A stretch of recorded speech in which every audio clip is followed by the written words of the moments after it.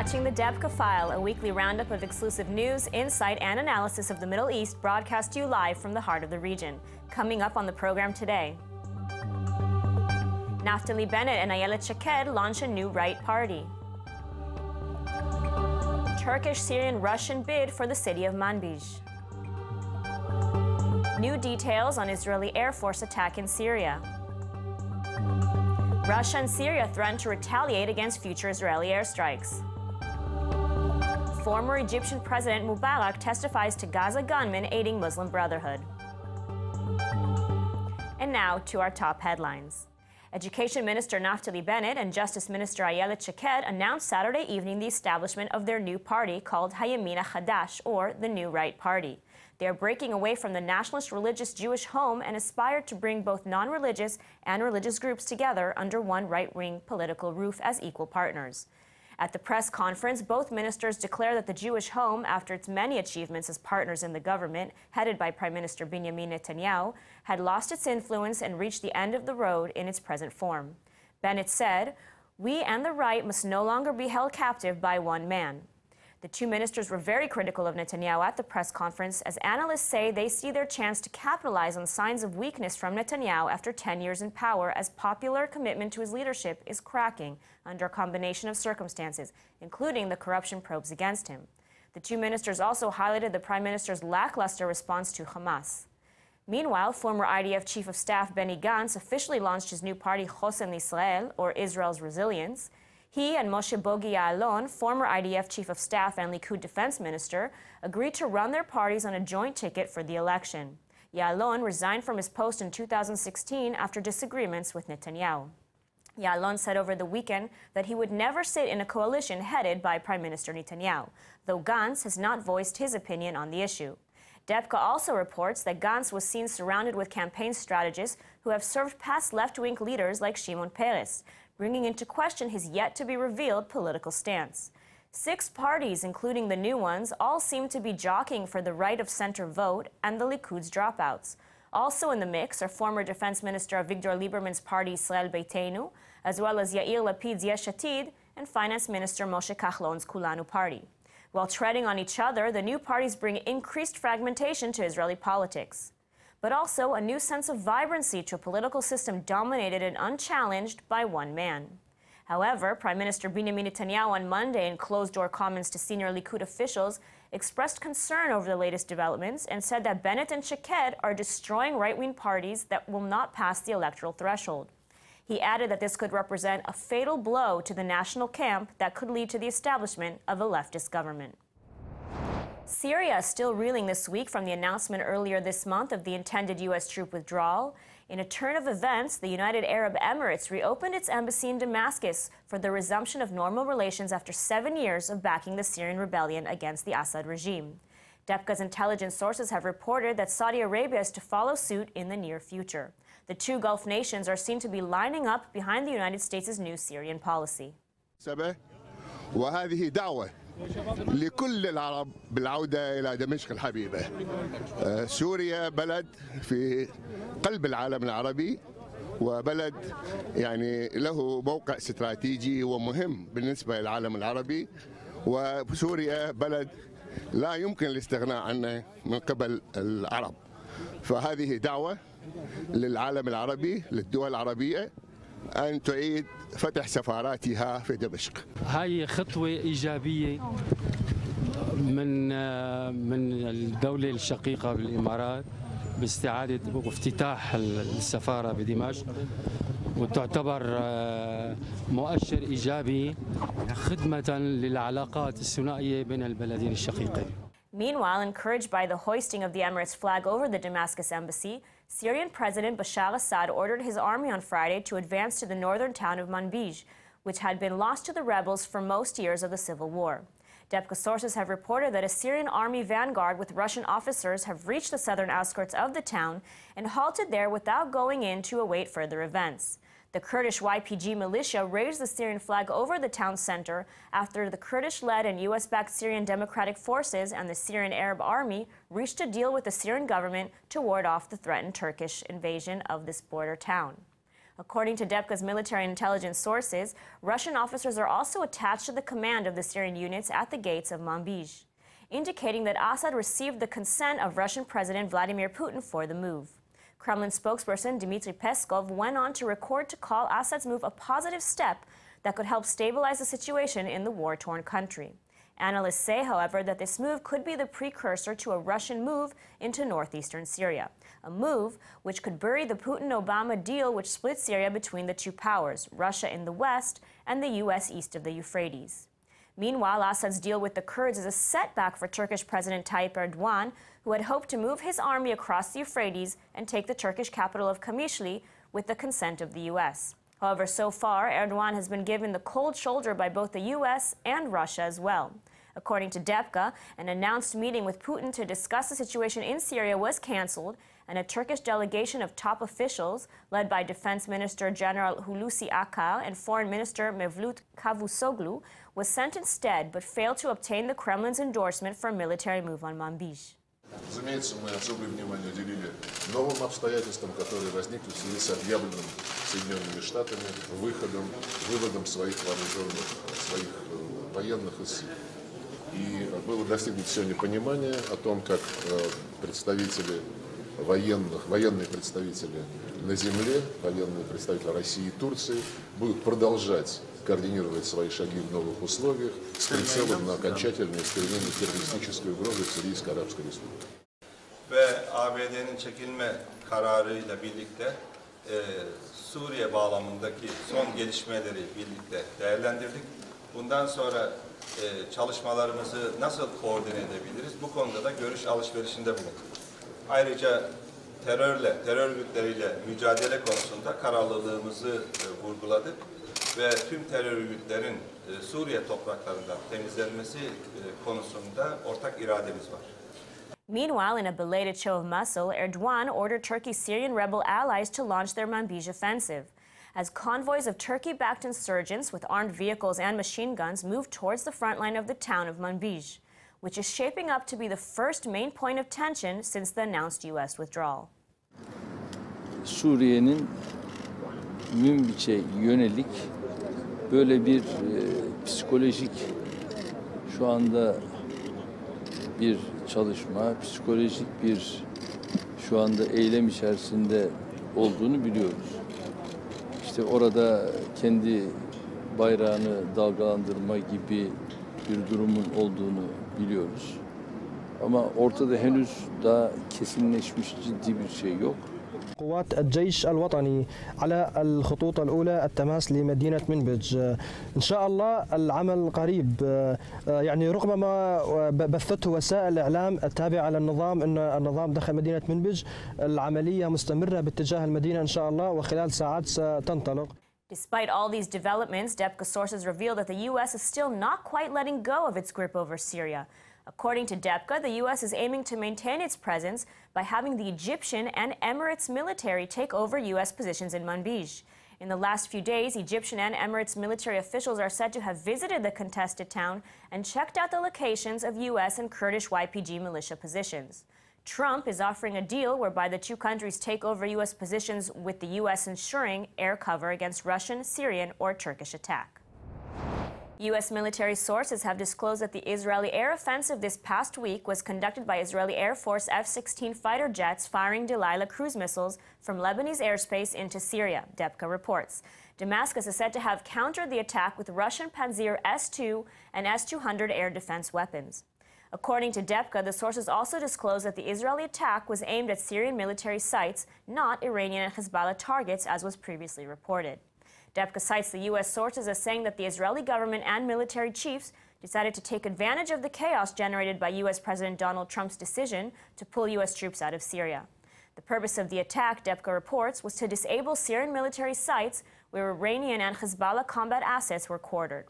After the F-16 jets failed to connect to their targets, the IDF sent in the F-35 stealth planes in a second wave. Debka reports that according to Arab sources, the targets of the Israeli attack were located at the military section of Damascus airport, where an Iranian transport plane landed, and at two other locations, Dimat, the headquarters of the Syrian Army's 4th Division, and Katana, the site of its 10th Division. Following the attack, the Syrian army released a video claiming to depict the interception of one of many Israeli missiles hit by its air defense systems. Damascus also included a warning that henceforth there would be payback against corresponding targets inside Israel. Israel's attack on Syria also drew heavy criticism from Russia. According to Debka, Russia has reportedly warned Israel that any more strikes on Syria would result in retaliatory measures, such as firing air defense missiles deep into the country. The night of the Israeli attack on Syria, a Syrian SA-5 missile fired into Israel, shaking the houses of people living in the center of the country. The IDF spokesman would not provide details, but said that Israel's air defense system was activated against an anti-air missile launched from Syria, adding that there was no damage or any casualties. According to Debka, that would be a mild foretaste of what is to come if the Russians were to carry out their threat. The Russian SA-5 missiles are old but have a very long range, medium to high altitude surface-to-air capacity, and can be used to hit ground targets as well as aircraft and missiles. Debka's military sources note that the Russians indicated that Syria would not launch a surface missile offensive against Israel, but would employ a tit-for-tat strategy, countering Israeli airstrikes over Syrian airspace with missile attacks over Israeli airspace. A Russian Defense Ministry spokesman accused Israel of provocative actions. According to the spokesman, General Major Igor Konashenkov, the Israeli attack on Syria was again carried out under cover of two civil aircraft landing at the airports of Beirut and Damascus. Neither, however, belonged to Russian air carriers. Debka sources also stressed that this was the first time that a Russian defense spokesman had referred to Beirut International Airport or to Lebanon in the context of an Israeli airstrike over Syria. According to Debka analysts, this may be taken as a Russian message to Jerusalem that the Kremlin and Russian army chiefs are weighing the extension of the Russian S-400 and S-300 air defense missile systems currently protecting Syrian airspace over the skies of Lebanon. This safety curtain would also protect Hezbollah. According to Debka sources, the angry Russian response stemmed from two factors. The first was that Israel was always expected to respect Russia's role as protector of the Assad regime and refrain from destabilizing actions. However, the Israeli missile attack was aimed at Syrian targets, which crossed a line with Russia, regardless of whether Iranian or Hezbollah forces were present.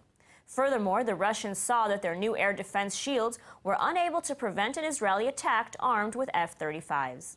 The Russian response will most likely take time, with relations between Jerusalem and Moscow at a low point following the September 20th downing of a Russian plane in Syria. It remains to be seen how this will affect Israel's maneuvering in Syria. With us to discuss the recent developments in Syria and its repercussions is Bar-Ilan University professor and an expert on Israel-Arab affairs, Dr. Mordechai Keidal. Thanks for joining us. My pleasure. Now, with every day that passes since the U.S. troop withdrawal announcement, we are seeing new developments. Can you comment on what's taking shape in Syria, given these latest developments? Well, first of all, apparently there is a delay in the process of taking the American troops out of Syria, as Lindsey Graham announced this morning. If this is correct or not, I have no idea yet, but apparently, if this is real, Trump has maybe second thoughts about taking his forces out of Syria, or maybe second thoughts about the time of this development. Secondly, what happens in Syria is that since Trump and Erdogan spoke on the phone and Trump decided to withdraw from Syria, Erdogan felt that Syria is in his pocket and he can do to the Kurds in Syria whatever he likes. So the Kurds heard about this, and they ran to Assad, their enemy, in order to embrace him and to invite him to Manbij, to the town which Erdogan wanted to occupy, in order to take refuge in Assad's regime, rather than being exposed to the wrath of the Turks. So the enemy of my enemy is my friend, and this is what happened. And Assad, 2 days ago, actually occupied or took Manbij, and now the Turks have no reason to go into Manbij, which is to the northeast from Aleppo, because it's not under the Kurds anymore. So this is what happens in Syria. The Kurds are very much afraid from Turkey, but you know, it's not so easy for the Turks. Don't forget that Turkey has like 20 or maybe 25% of its population Kurds. And the Kurds live almost in every city in Turkey. And if the Kurds get really angry at Erdogan and what he is doing to their brothers in Syria, they can devastate the state. The last thing which he wants is that the Kurds will come out from their neighborhoods and to start rioting in the country. Tourists will run away.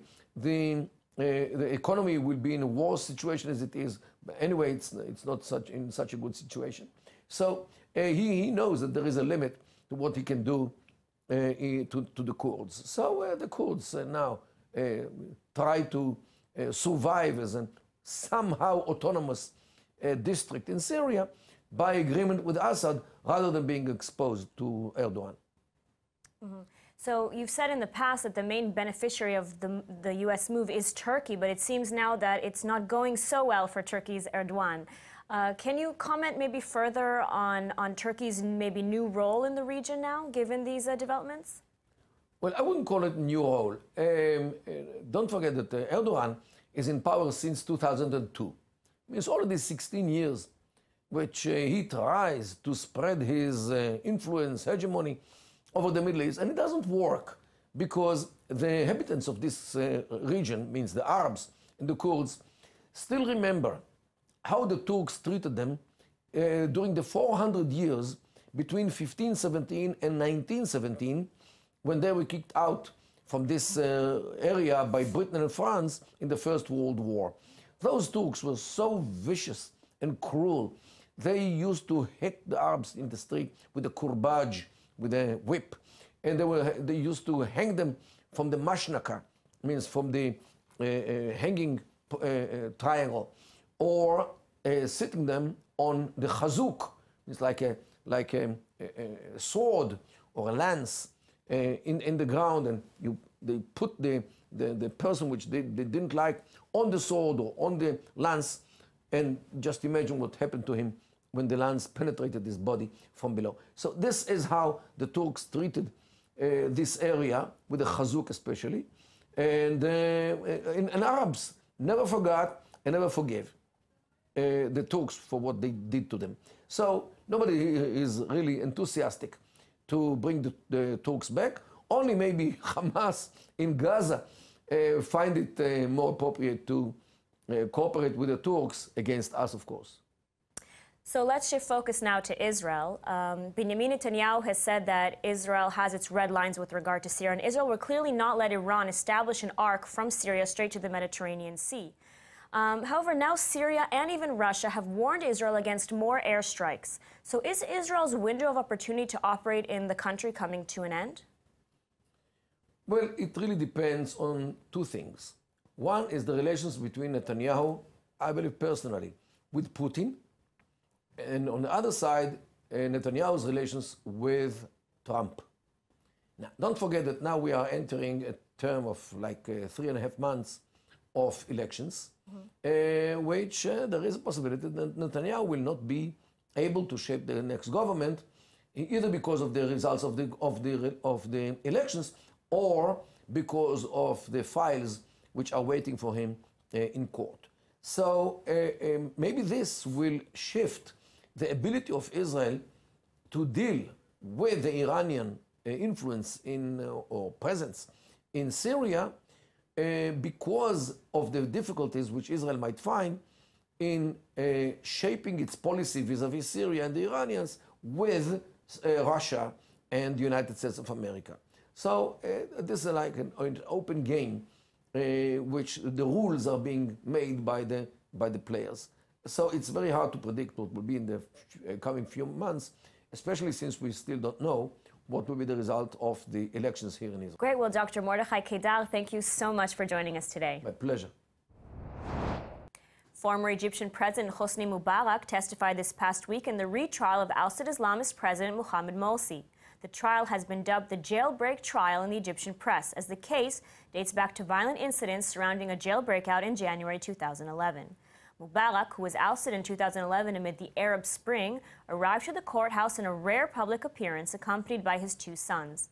The former Egyptian president presented testimony to the court, citing a report he received from then Director of Intelligence Omar Suleiman that some 800 gunmen had infiltrated from the Gaza Strip through tunnels to help the Muslim Brotherhood foment chaos. This was in the early days of the 2011 Arab Spring uprising. Mubarak told the court that the infiltrators attacked prisons and police stations, they attacked squares and opened fire from the tops of buildings, broke into prisons, and freed inmates belonging to the Muslim Brotherhood, Hamas, and Lebanese Hezbollah movement. Morsi took over as leader of the country following the Arab Spring, but was deposed by the army a year into his rule in July 2013 in response to mass protests against him and the Muslim Brotherhood. In 2015, a Cairo criminal court sentenced Morsi and other top Brotherhood officials to death over charges of damaging prison buildings and releasing prisoners, murder and attempted murder, and looting prison weapons depots. In 2016, another Egyptian court overturned the ruling and ordered a retrial for Morsi. Now for some more stories you may have missed this week. World-renowned Israeli author Amos Oz died on Friday at the age of 79 after a battle with cancer.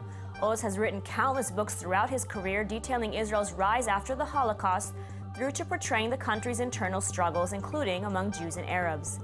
He has won numerous international awards and was considered a favorite for the Nobel Prize for Literature. Among his most notable books include A Tale of Love and Darkness, which actress and director Natalie Portman adapted it to the screen in 2016.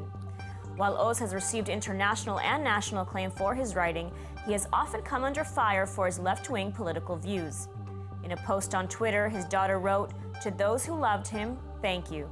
And President Reuven Rivlin said in a statement that it was a tale of love and light, and now a great darkness. He added, "Rest in peace, dear Amos, you gave us great pleasure."